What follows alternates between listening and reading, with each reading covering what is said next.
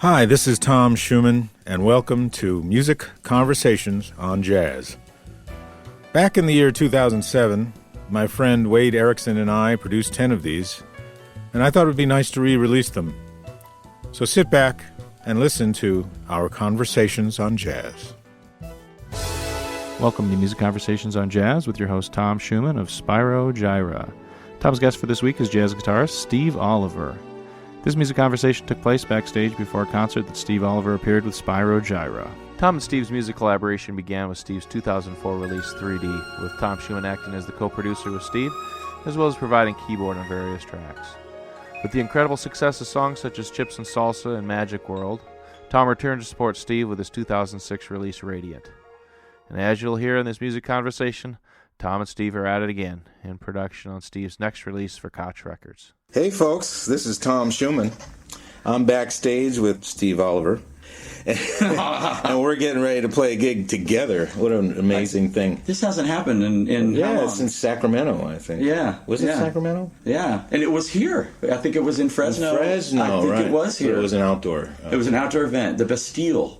I think it was called the Bastille. Wow. Something like that. It's hard to believe where the times go. It was a long time ago, right? I know. But I had some questions right away that I was thinking about asking you. And I remember you telling me a long time ago. We've known each other, by the way, folks, about, 4 years now? 5 years? Yeah, 4 years. And Tom, we worked done together. some productions together. And, Tom did an amazing job on 3D and Radiant, the last couple of albums of mine. And I'm just so happy to be a part of anything you do, man, because you fill the room with such a great spirit, and you remind me as to why I do this. Really? You do. You remind me why I'm, gifted, and why and what I should do with my gift, and how I should treat my gift, and all that stuff. Because you're always so, you pick the words, Mr. Positive Energy, and radiant,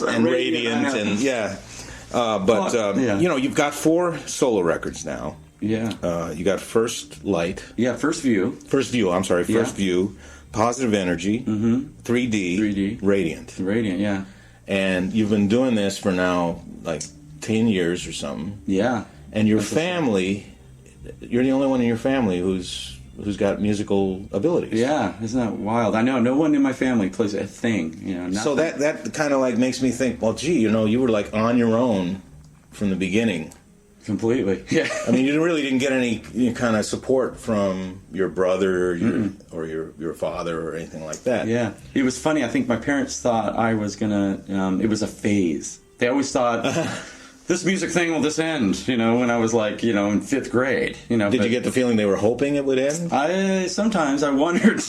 Wow. Yes. Wow. When that's all I can remember ever wanting to do was music, for the sheer beauty and love of music, because what it does to me as a listener. So where did you how did you find what to listen to back then? I mean, where did you go to get cool stuff to listen to? Well, that's a great question, because it's I was one of these record junkies. That was my hobby. I went out, actually. Yeah. I had paper routes growing up, and so I'd spend all my paper route money on records, vinyl, back then, in the 70s, 80s, 70s and 80s when I was growing up.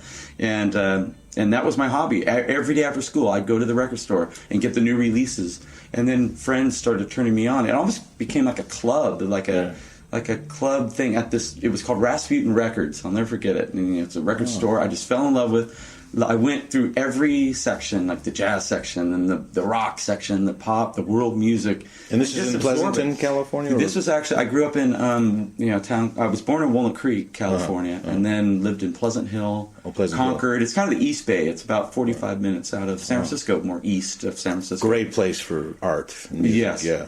Yeah, and the surroundings just was really a beautiful place to grow up. So it was really great. And so just musically, it was I was like a music explorer. I wanted to learn and absorb just from listening to music. And when you said the latest releases, I mean, anything? I mean, just anything that came out, you just went and got? Yeah, I would ask the guy at the counter, because he was a real music aficionado. The guy that worked at this particular place called Rasputin Records, and I never forget his name. His name was Rich, and I would always go to him as my go-to guy. Hey, what should I check out? What would you recommend?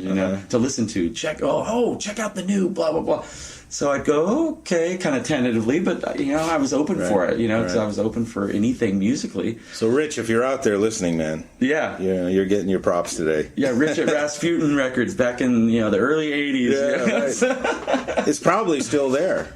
Knowing that area, they're still selling LPs. You know what? It come to think of it, it is now that I'm. Every time I go back to the Bay Area, I think it is still there. Because we always go in Berkeley. We go to Berkeley. Oh yeah. And there's so many great places. We can buy old books and old records and stuff like that. Yeah, there's that great place in Berkeley called Amoeba. It's like huge. Yeah. Wow. So you just self-taught. You're self-taught when it comes to your influences and the music that you listen to, and you're also self-taught on your instrument, or did you actually have a teacher? I didn't have a teacher. I was completely self-taught with everything, but I taught myself how to write music, read music. I just kind of taught myself, and then I went. During high school, I was in jazz band, and they didn't have guitar curriculum, so I had to kind of make up my own parts, which was kind of cool. Wow! So I'd be playing in the jazz band in high school, and it was at the beginning of the day because it wasn't recommended to curriculum, to do. That's when music started really going out of the schools, which is you're already talking about high school and the jazz band in high school. I mean, what led you to? I mean, did you buy some, method books or anything like that, or did you just strictly pick up the instrument and start playing? Yeah, finding the notes yourself and stuff like that. Yeah, I did that. Plus, then I got books, chord charts, books, and how to inversions, and then from there it just started developing. Do you remember what books? I don't. You don't? Yeah, okay. I really don't. It was probably Mel Bay. Yeah. Always Mel Bay books were always good guitar books. Really? Really? Yeah, Mel Bay. Well, I have no idea because I never picked the instrument up and checked it out. But I'm just fascinated by self-taught musicians because, even I got some support from my family, and there were a lot of great people. I know. You were, in your family, growing up around it. But you were completely, you came from the womb and said, all right, I'm going to do this. Yeah. And I'm going to go out there and find out how. Yeah. And then I'm going to be successful at it. Yeah, it was just out of pure love of what it brought, and what music brings to me. Yeah. And, I just want to give it back. It's kind of, it's come full circle in that way. Well, that's to me the perfect musician is when you realize that it's not a selfish motive. Right. You're not going in to just learn and do the things you want to do to kind of achieve your own goals. You want to give it back. Absolutely. And you want to share what it is that you've learned with the rest of the world. Right. And that's, I think, one of the magic influences that you have on the rest of the world. Is you kind of teach us all how to have fun with music. Yeah. And you've even done that with me. I've helped you produce 3D. Yeah. Pretty much the whole record. And which brings me to the next question, because everybody who's listening is going to think, well, the producer of a record has got a lot of things that he has to do and put together. You came in basically with the whole concept completely done in your head. Yeah. And it was, believe me, it's the easiest job in the world was to be your producer. Really? Oh my gosh. Because you came in and you said, okay, and you had a lot of the tracks done, which you recorded on your Roland. I have a 2480 Roland recording studio, which I try to keep, just for writing, because I think, giving the ideas across. And so, like when I would, write a song, and then I'd give it to you, and okay, let's take it to the next level, And we ended up keeping a lot of those tracks, and I just kind of transferred them to Pro Tools, which is my method of recording. Yeah, and you basically said, okay, here's what I want you to do, and play piano here, and then we need a little more of a better kind of groove over here. What do you got? Right. And it was just like a candy store for me. Yeah. Because my whole goal whenever we would produce something is to make you happy. Right. So whenever you would say, oh man, that's awesome, that's just what I was looking for. Oh, well, you're so good, Tom. And I'm going to share some of my methods. I have the CD-ROMs and the Giga Studio, and I had Metamorphosis and Liquid Grooves. And great tools for the trade. And we'd go through all the little tracks, and you'd say, yep, that's it. That's the groove I'm looking for. And then we put that together. And sometimes, and I've produced some other people, they don't know what they want. They want you to make it happen for them. Right. You know what I mean? Right. Please, anytime, call me. Oh, well, we're working. In fact, hopefully that was the next thing. Well, we got one thing in the can that we're going to work on. Yeah. But let me go on with the production of your former records. Like First View. First View is your very first record. Uh-huh. And did you work with Steve Reed on that one? Yes, Steve Reed was your producer on that one. Yeah, funny, Rob Mullins, keyboard player Rob Mullins, he did one song, produced one song, but Steve Reed I recorded it at his studio, and that was right before the digital age really hit. It was still analog. And he had like a 24-track Atari or something like that? He had 48-track analog. He Wow. had two big, huge analog tape machines. Cool. And he had what is it? It's a Neve? A Neve board. A Neve board, that he got from A&M Studios. It was like the We Are the World was recorded on this Neve console. So it was actual from all the the Carpenters and all the A&M artists of the day recorded on this board that Steve purchased for his studio. And he still has it. And he still has it. Wonderful, and it's pretty cool to be able to, because it really had a warmth to it. In the first two albums, just something about that. That whole process. Well, I went out and got the Possibilities, Herbie Hancock Possibilities DVD. Oh yes. And that record was done with tape. It was. Yeah. And you could hear. The piano sounds much better on tape than it does. And I think kick drums sound real good. I know, man. And bass, kick and bass. It's all. It's about. Like when do you give up one thing for another? You know what I mean? Yeah, exactly. I know it's like. But I mean, do you notice a difference between First View and say 3D in sound? I think it's more cleaner now, and I like that cleanness of it. Working in the digital domain. So you're not really missing anything. I'm not. No, I think it's easier to edit. It's like you can't. Well, what cutting you do. Tape all the time was always a nightmare. What I'm noticing is some cats are recording to tape, and then they take the outputs of that machine, and then they go into Pro Tools with it, and then they edit it. Yes. And then they edit it, and then they do their mixing from Pro Tools. Right. But they get the initial warmth and the initial audio, digital conversion from the tape. Yep. So that's an interesting thing. So folks, don't get rid of your tape machines. Yes, don't. I think they're going to come back too. I know. I think so. Everybody's going to want that warmth. My God. Oh, completely. Exactly. So Radiant did recently got an award. Oh yeah, it was picked by Jazz Is magazine, one of the top albums of the year. Wonderful, congratulations. End of the year 2006, end of the year kind of thing, which was really a nice little surprise. And then you did the Smooth Jazz Awards in Canada. Yeah, Canada. I was up for Best International Artist because I'm not Canadian. So right. And what is your website? It's SteveOliverMusic.com, yes. right? Yeah, Steve Oliver Music. Folks, you gotta go to SteveOliverMusic.com and check out his website. It's really, really hip. And it starts you out right away with the video from the Canadian Smooth Jazz Awards. Oh, exactly. Yeah. Right? Yeah, you're right. The live performance. Yeah, and I did it solo. I did a performance. Right. Just going out there with my guitar and a vocal, and I sang a tune off Radiant.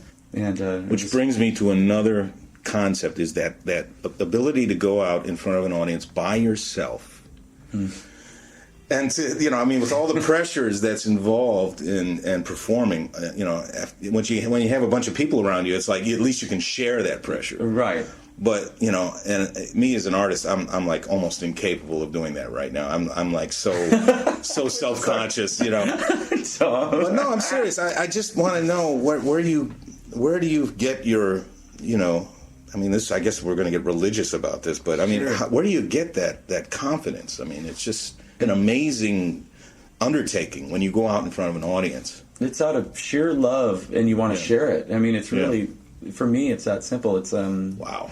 Yeah, just sheer love of music, and you see what it can do to people. When it's represented in a different, in a nice way, and that's what I love about our genre that we're in. The contemporary jazz genre is, people love quality music, and so you want to give quality, performances and quality music, and that's my vision. Well, you carry it off like you've been doing it since you were a child. Yeah. Because you just go up there and it's so natural, And I've watched you perform so many times, and I sit back there and go, man, Wow. If only I had half of that, you know, inside of me. Because I've always been from a band, you know. Sure. So it's easy to kind of hand off, you know, the pressures and the little, you know, peaks and valleys in your set, you know. And likewise, watching you perform, I mean, you know, over the years, I'm the same. I'm like, how is he doing what he's doing?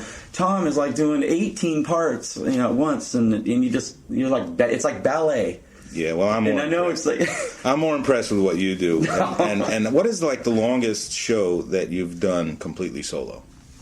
It's funny. I do a kind of when I'm not touring, I play this one venue and I solo. Uh-huh. And sometimes I'll play 3 hours straight just by 3 myself. hours? Yeah. Oh, so I just get up there and it's like, you know, and it's like being in the zone, you know, it's like you just get in that zone and you're just gone. I call it an out-of-body experience every time I play music. Wow.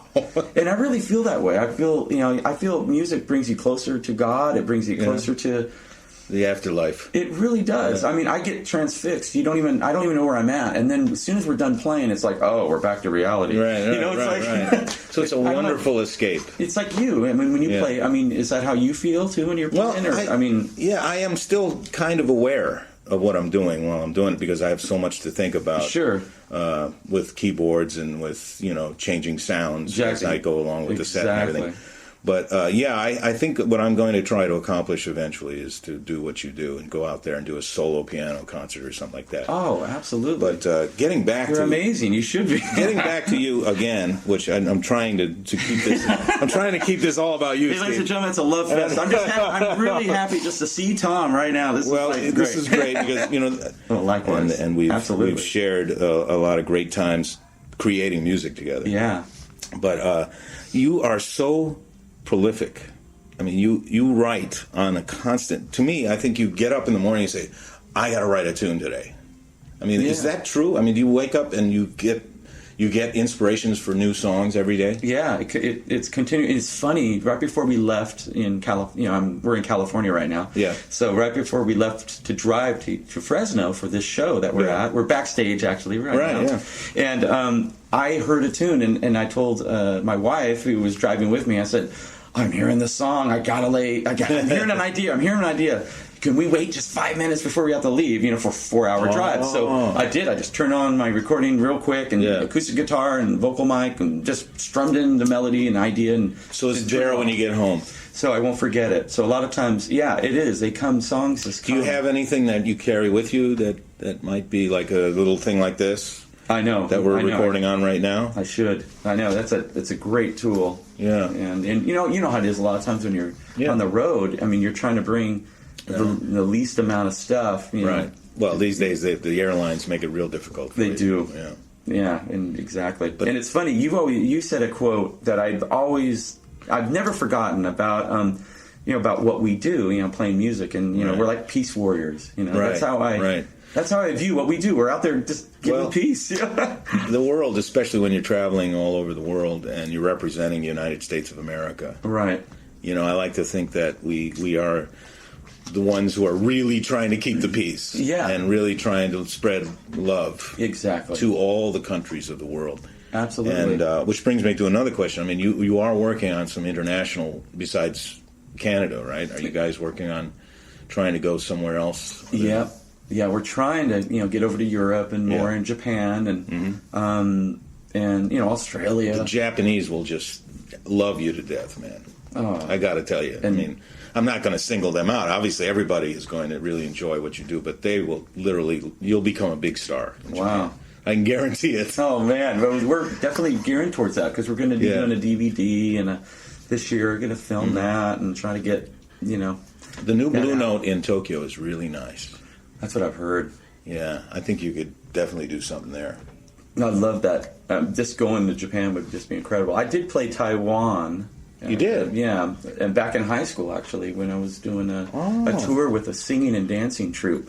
Mm-hmm. And so we flew over there as a kind of like American exchange, kind of bringing American music to the Taiwanese so you were just a kid, government. Yeah, I was like 16, 17, playing in the singing and dancing troupe. And did you do the singing and playing with yourself, singing with your lines back then? Well, no, I was actually more hired as a guitar player and like a background singer. and they had these girls out there dancing, and it was like entertaining the Taiwanese government. So we went over there as like a government kind of exchange. It was really cool. Wow. It was a great experience. It was like my first kind of, You had to get a passport and everything. Mm-hmm.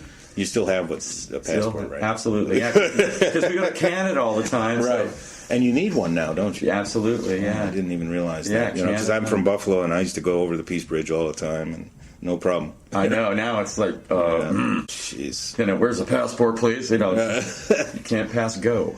Yeah. Exactly. And when did you? At what point in your evolution, as I would say, in learning your music, did you decide to come up with this signature sound where you use your voice in tandem with your guitar? It's funny. I think as musicians, we're always singing parts to other musicians, right? And so I always did that. Like, the bass part goes, Oh, okay. And then I think we always do that. I mean, wouldn't you say that you did? Yeah, I do it, but I don't consider it part of the finished product. Oh, got it right. It's like just to get the point across. Right. It's like, here's how it goes, and But when did you realize that you are actually a vocalist? Gosh, I've always sang, and I remember before I actually learned to play the guitar that I would always hear parts. For some reason, I heard bass parts. I heard, before, when I was like 5 and 6 years old, I'd be on the swinging, and I would hear songs, and I'd hear grooves because everything was in motion. It was like, you're on the swing, you're swinging back and forth, and all of a sudden, so I started doing this, like a song in my head. And I'd just be happy, just no. You got the bass line there, you got the rhythm there, and then it just starts. Oh, okay, now the song's coming. Well, the first guy that comes to mind who did that was Bobby McFerrin. Exactly. And Al Jarreau did some of that. Yeah. I mean, did you get a lot of their music? Did you hear a lot of their stuff? It's funny. I didn't really. I discovered them later on, which is weird because, of course, because people, say, hey, it's like Bobby McFerrin, and like Al Jarreau does, and I, you're kind of right. But you didn't really, they didn't inspire you to do that. In other words, you started doing that on your own, and it just so happened that there were a couple of guys in the world that were also doing it. Exactly, like singing along. Yeah, like George Benson too. He sings along with his guitar like a scat, scatting way. Yeah. And I always call it, like I put on the albums, I say vocal sounds. Right. Because that's, to me, what it is. It's like an extension. Instead of a sax player or a trumpet player playing a line with the guitar, I'm just using my voice. So like in a high noon. Exactly.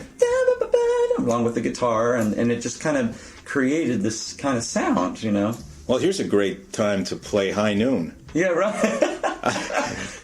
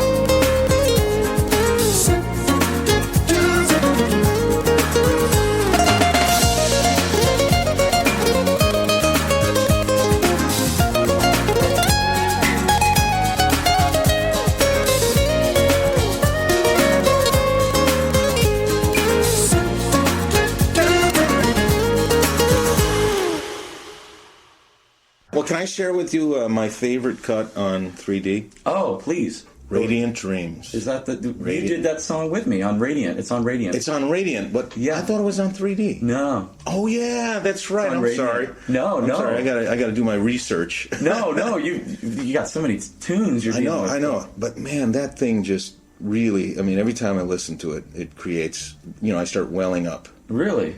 Really. Wow. It's so raw, peace and love, and why I'm here and why I'm doing this. And, wow. Which is, again, what you are teaching me as a human being. Oh, man.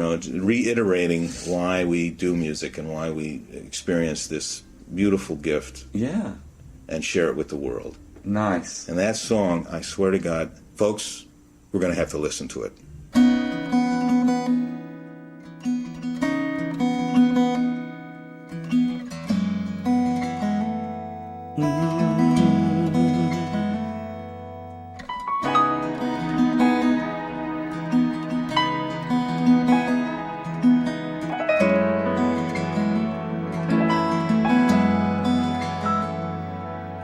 Fortunes filled with passion to feed this hungry fire that no rain could ever smolder. If it takes forever, I sure got the time to pay. Have somewhere we can go to, someone we could trust, and never take for granted. And when this world feels empty and drains you to the bone again, yeah, I fall to sleep of hopes I'll see my radiant dreams, because life's complete when you meet your radiant dreams.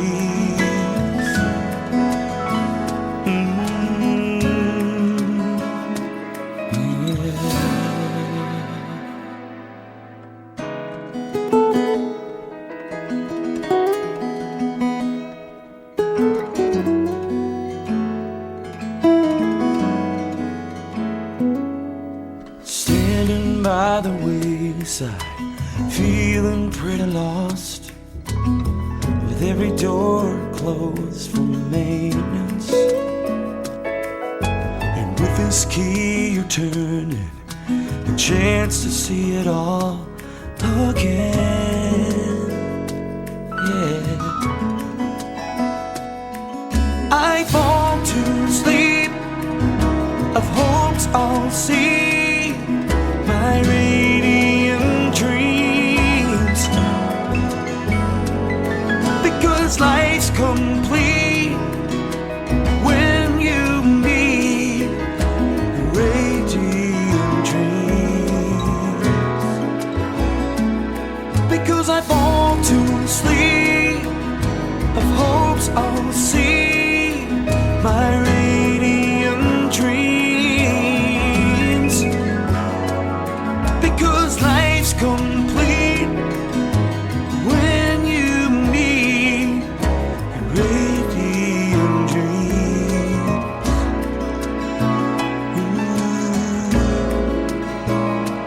Radiant dreams.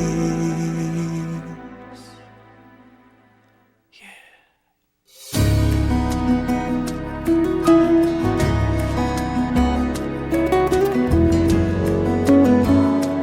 Radiant dreams.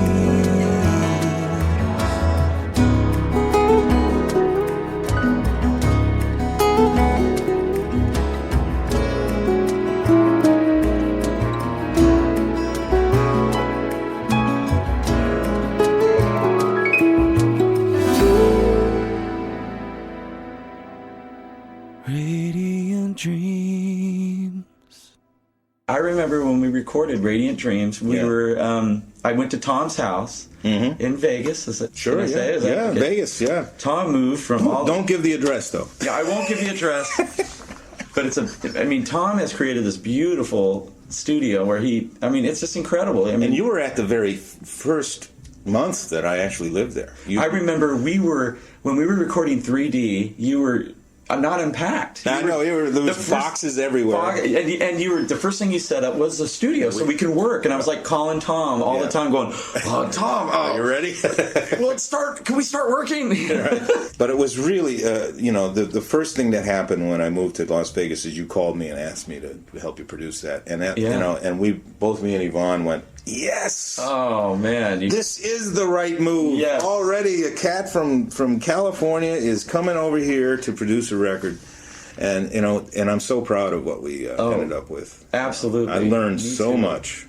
Me too. All the, just the whole approach was so cool.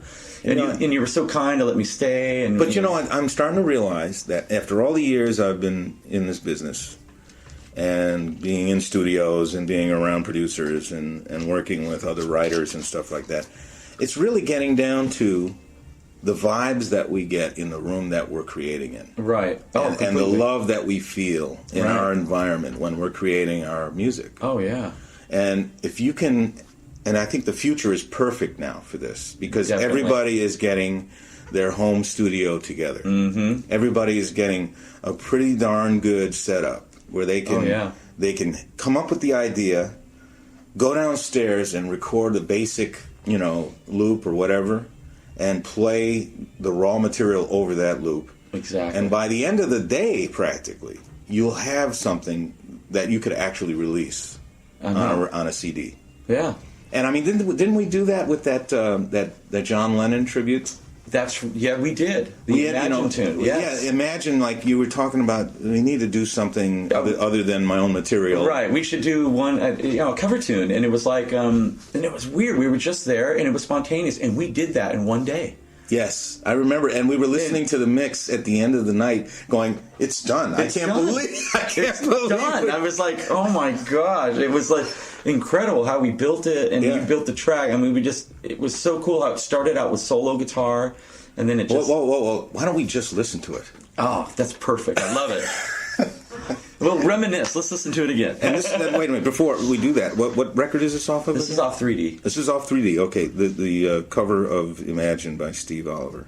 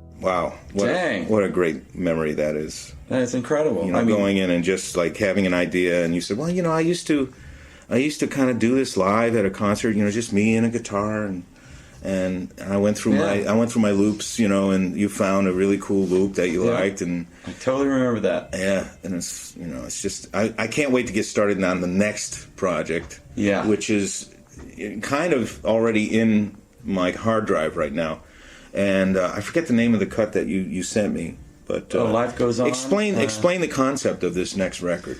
Yeah, you know, I've done 4 kind of I call them instrumental albums, but even though I put vocal songs, you know, on each of them, you know, there's like 3, usually 2 to 3 vocal songs, and then the rest are kind of instrumental with the wordless singing kind of concept. Right. So now it's time to do a full-fledged vocal album. Right. And so, you know, I've been writing songs kind of in a Sting, Peter Gabriel, world music kind of vibe, and so I just think it's really cool to have. It's kind of pop, you know, music, but with jazz influences, of course, and world music. You know, kind of the percussion is driving everything instead of like a drum set. Right. Even though, you know, the kick drum would be in there. So I've been real excited about doing something like this. For the longest time, I've always been influenced by percussion. And what you can do with percussion to kind of, and we kind of dipped in that too with with the past stuff we've done. Yeah, with the loops. Yeah, with the loops, but adding this kind of world element to these kind of pop songs. That, other instruments from India and Pakistan and other places. Yeah, but like more of the percussion driven things, not necessarily like sitar or, you know, or the tablas and exactly talking drums and stuff like tablas and.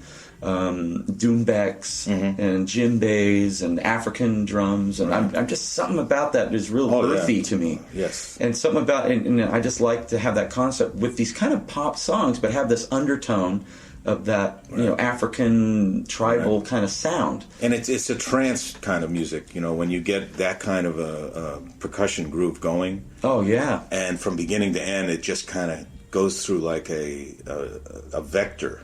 Yeah, a musical vector, and it just puts you in a wonderful state of mind. Oh yeah. Which brings me to the next question. Obviously, is you become a musician, a master at your instrument, and you've developed this vocal instrumentation and percussion. Now you're a lyricist. Yeah. So, tell me. I mean, where do you find the poetic inspiration for this? Oh man, I've always written songs, you know, lyrics. I've always have, and then when I got into the kind of the smooth jazz world, you know, 10 years ago when I was working with Steve Reed, he was looking for songs too, and I've always been a singer. Yeah. So to me, it was just natural for me to do, and I've always loved writing, you know, lyric songs.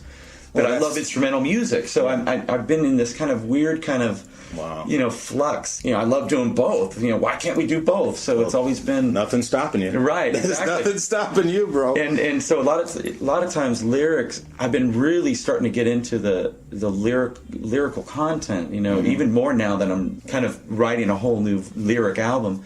Yeah. And I'm kind of keeping this theme. You know, I kind of have a working title for it. It's called Dreaming Awake. Dreaming Awake. I love that. I think you did share that with me before. Yeah. Yeah, I like the fact that, again, folks, Steve Oliver has the entire concept in his head. Kind of. I mean, it's like he can play the CD in his head, and it hasn't even started getting produced yet. It's amazing how you can do that. Oh, man. It really is. I think it does come back from listening to albums all the way through as a concept, you know, and just enjoying that aspect. So what is the stories that you're telling in your lyrics? I mean, the ones that you're working on now. Oh, man. A lot of them are very, you know, of course, real uplifting. I just want to uplift. And, like, there's one tune called This Fire, and it's about passion fire. Oh, so it's about your own. You everybody knows about that. Everybody knows, about this fire. You know, you can't stop the wind, you can't stop the rain, and you ain't going to stop this fire, which is like an internal... So that's the chorus of the song, you know. Wonderful. So it has that kind of, you know, songs like that. But then there's songs like, and there's this other one that I just finished actually demoing. Yeah. It's called How Do You Know? You know, it's kind of like, it's like life experiences. You know, when people, you know, walk around and they claim like, you know, they just seem to know it all, but they don't have the life experience to back it up. Exactly. Yeah. So I wrote. I'm so glad somebody finally wrote a song about that. Yes. Everyone is like, in fact, the chorus goes, "You have such a vivacious appetite for a world you have not seen. So how do you know?" How do you? Oh, perfect. That's the chorus. Perfect. And I get goosebumps every time I think about that. I just did too, man. I'm so glad that you. Vivacious appetite. I know the how. No, you have not seen. So how do you know? Ooh. How do you know? And that's kind of the. You're getting it first here, folks. This is like pre-record performance here. Yeah. So. Oh man, I cannot wait to hear the result of this concept. Oh, thanks. I'm just excited about. I'm going to go right home after this gig. Tomorrow, and I'm going to open up that file and get working on your tune, man. Yeah, I know. I sent Tom a song. It's been a while. I know it's been a while because I've been involved in other things. Yeah, Tom's been very busy on the road touring, and we're all busy, and it's so hard to. It is. Connect. It's all about scheduling now. It really is. But Steve said, hey, there's no rush, man. I don't really have to do this right away. Hurry, and I'm like, so sure enough, I know. it was living in my. It's living in my hard drive as bits and pieces of things. And that song, I think it's called "Life Goes On." Life Goes On. Yeah, I remember Life Goes On, and it's like same kind of Well, this conversation we're having is really inspiring me to go back to it and do whatever I can do to get it started, at least on a level that we're discussing. Right. But I think that you should talk about your percussionist that you've been working with, because I think he's going to have a lot to do with achieving that world sound. Absolutely, yeah. It's funny. I been touring with this percussionist named Umberto Vella. He's from Indio, California, and we've been playing together for about 6 months now. Wow. And been on the road, and we've been playing. We've rehearsed a lot. We've been doing a lot of rehearsing together and getting to know each other musically, and he understands where I'm trying to go with these songs, and try to do the show, because we've been doing, like tonight we're playing in a duo. It's just me and a percussionist, and so we really kind of dived into that world of how to present it, as a duo setting, and do it kind of in a creative way, kind of different things. So Umberto plays like the cajon, which is a sit-down kind of box. We call it the groove box. Yes. And it's like a box, and he sits on it and hits it, and it sounds like a drum set. Right. And it's so amazing to watch him do his thing every night. I just, I give him a little spot, where he does a little solo. I'm glad you said it right, too, because cajon is the drum, and cajon is something totally different. Yeah. Well, sometimes we change the name. Sometimes we call it the cajon, or we call it the cajonis. So it could change, But yeah, I just met him, and he seems like he's very musical and a sweet guy, and very easy to work with, and completely. Congratulations, man, because everything's just coming together so nicely. And I was just out front listening to your sound check, and it sounds so full. Wow. I mean, you're working with some tracks, I know, but man, and still musical is still something that you're not feeling like, where's the band? Right. Because the band is basically what you guys are doing up there. Yeah, and a lot of the times I'm playing guitar synth. Right. So I'm triggering keyboard textures. What is the instrument that you trigger again? I forget. It's actually, I'm helping design this, and I don't think I've talked to you about this and told you about it. Well, now's the time. Now's the time. This is perfect, because I'm working with Carvin, the great guitar company, and we've been working together developing this new guitar. It's called the NS1. Okay. And it's called the Nylon Synth 1. It's because it's the first of the first ever being done by Carvin. Right. So it's an amazing guitar. So it gets guitar sounds along with there's a 13-pin cable that you can pull, go into keyboards, samples, and trigger sounds from the guitar. So it has MIDI out kind of. It's like a MIDI kind of guitar. But yet it plays, it's a regular guitar, and it plays. You could also plug it in direct too, just like a regular guitar, like a 1/4-inch jack. Right. And then it plugs into any amp or whatever mixing board you want to go in direct, and it also has. Being a technical buff myself, let me try and understand this.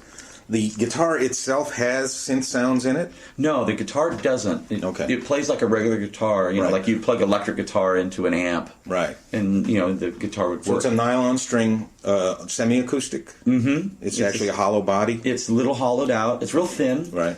And it's got like EQs on it and stuff like yep, that? it has EQs, and it has volume controls. It has mids, lows, highs, and then it has a volume control for the synth. Right. When you're plugged into the 13-pin cable to run, like in the show tonight, I'll be playing bass along with the guitar, and then I'll be playing orchestra sounds with the guitar at the same time. Beautiful pad sounds you have. I love them. And what are you driving with that guitar? I mean, is it another Carvin device, or is it a... No, it's made by Roland. Oh, it's a Roland. Roland pieces, like the GR33 and the VG88. I use kind of pretty much Roland gear, because it's a lot of the it's called the GK pickup, which goes into all these great sounds. And this 13-pin connector you're talking about, that comes from the Carvin, and that goes, it plugs right into the Roland. Yeah, it plugs right into the Roland. It's not a MIDI cable, though. No, it's a 13-pin. It's MIDI is only 5. Right. So it goes right in, and then I'm able to, with volume pedals, to control what I need to control. Kind of like what you do. On the keyboards. But you make it, look really, really spectacular when you do it. And also, you've been using a delay device or a looping device? Oh, yeah. I just got this at the beginning of this year, and I've been kind of like, I'll set up a rhythm bed with my voice. I'll set up like a then I'll press record on the mic that it's plugged into, and then it loops. Oh, man. So it loops, and then I can add a shaker to it, and then it just builds. You can build as much as you want, and then we play on top of this kind of loop of the song, whatever the song is, I can't wait to see you tonight, man. Yeah, so I don't know if tonight we're going to be able to have time to do it, but well, where are you ever coming to Las Vegas anytime soon? I hope so. Yeah, maybe so we could start working on some music together. Well, that too. But I want to see you perform with this new loop device. I mean, I'm just really intrigued by the whole technological end of music. Oh, yeah. It's pretty amazing. And with this guitar, the Carvin guitar, it's actually going to come out in 2 months. It's going to be available. It's called the NS1. And then anybody can buy it. And the Steve Oliver series, of course. Yeah, it's kind of like, my name's not on it, which is great, because I didn't want to become a Steve Oliver modle. Yeah, and they wanted me to. Carvin wanted to have that happen, but I want everyone to play it. I just want to, I'm playing the prototype tonight, which is I'm still sussing out some of the things, and that's the way you do it. You try things out on the road, and then you go back and to the technical guys and Carvin and say, hey, let's change this. And the saddles are kind of moving, or just different technical stuff. Wow. So then I'll go back and tell them we need to change that, and so we're almost to the point. It's almost completely done. Wonderful. So tonight I'll be playing the the almost finished product of this new guitar. Well, now that we're on the tech thing, I mean, I'm obviously going to ask you, since you're a vocalist, are there any microphones that you prefer to in the studio that you prefer when you hear yourself back? Is it always the Neumann, U87 or something like that? Or the mics we used on at your place. Well, I used a CAD E200. Oh, right. The gold one? Right? Yeah, it's a black and gold. Yes. Mic. Yeah, tube mic. Yeah, which is incredible. Nice. It did. I'm real happy I got that thing. Oh, yeah. I remember doing the vocals at your studio, and I was like, gosh. And it was only $400 instead of $4,000. Boy, what a concept. So go out there, folks, and buy that E200. Yeah, ADK, right? No, this is the... you're talking about the ADK. The one that I used on 3D was the CAD E200. Oh, okay. That's right. And ADK has been really nice to allow me to try out some mics of theirs, because Spyro Gyra endorses ADK. Right. And you used some piano. Right? And I used the Hamburg, they call it the Hamburg stereo pair. Right. ADK, and I used it on the piano for the next Spyro record, and man, my piano at home now sounds great. I don't have to use a sample piano. I can use the real deal thing, because man, you get so much more out of it. Oh yeah, you get so much more heart. Yeah, revealed. From the performance. Oh, definitely. But man, this has been a real pleasure to talk to you in this way, and I'm looking forward to many more interviews in the future. Oh, are you kidding? Absolutely. Yeah. Anytime. Because, considering the fact that I had absolutely no preparation whatsoever, I had no notes, I think this went quite well. Oh, absolutely. That's the best way to, just having, it's a nice conversation. It's great to hang and see you. It's like the music. I mean, we just play off each other. Exactly. And this is the way I'm going to be doing things, folks, from now on. And Steve, thank you very much. Oh, thank you, Tom. I can't wait to hear you play tonight, man. Oh, I can't wait to hear you play tonight. All right. It's a good thing. Rock and roll. Up next week on Music Conversations on Jazz, Tom Schuman talks with jazz saxophonist Najee, a dominant urban contemporary and jazz saxophonist for over 20 years. And with 10 solo CDs, Tom and Najee have plenty to talk about, including Najee's latest release, Rising Sun, on Heads Up International. Also included is Najee's work with artists like Prince, Chaka Khan, Stanley Clarke, Larry Carlton, and Bob James in the jazz world. Join us next week when we share another music conversation on